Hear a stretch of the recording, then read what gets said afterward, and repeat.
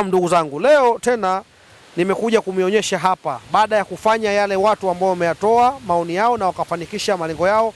Hapa mnapopaona ni sehemu ambapo tunawatengea mizimu.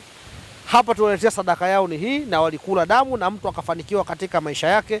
Kwa hiyo mnachokiona hapa ni kitu ambacho kimetolewa sadaka. Hichi ni kitu kimetolewa sadaka, na baada ya kutolewa sadaka na mambo yote yakawa salama salmini.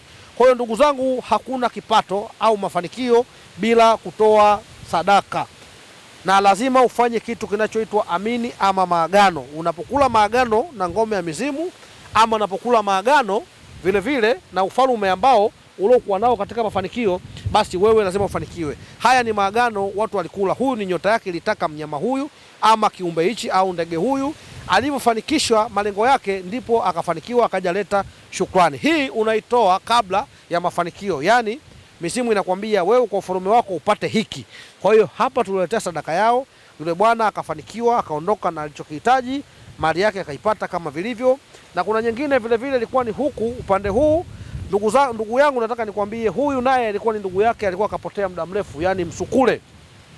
Baada ya kuwa msukule, akaja akafanikisha malengo yake. Alipofanikisha malengo yake, akaja akapata, akatoa sadaka yake, akaweza kutimiza ada yake. Yani tunazungumzia ni nini? Akampata ndugu yake akiwa hai. Alipotea miaka ilikuwa karibia 7, lakini tukamrudisha na akawa mzima na mpaka sasa hivi na maisha yake. Wakati mwingine ishara tutamuita ili aweze kuja kusema mwenyewe mbele yenu, ili muone kwamba haya mambo yapo. Unaweza ukasema ndugu yangu kapotea, kafariki, kumbe hajafariki. Tunaita mazingara kafanyiwa, si kwa tutafanya zinguzi. Kwa hiyo hili zinguzi linafahamika sana. Zinguzi ni nini? Zinguzi ni kumkomboa mtu aliozongwa na uchawi au aliozongwa na uadui.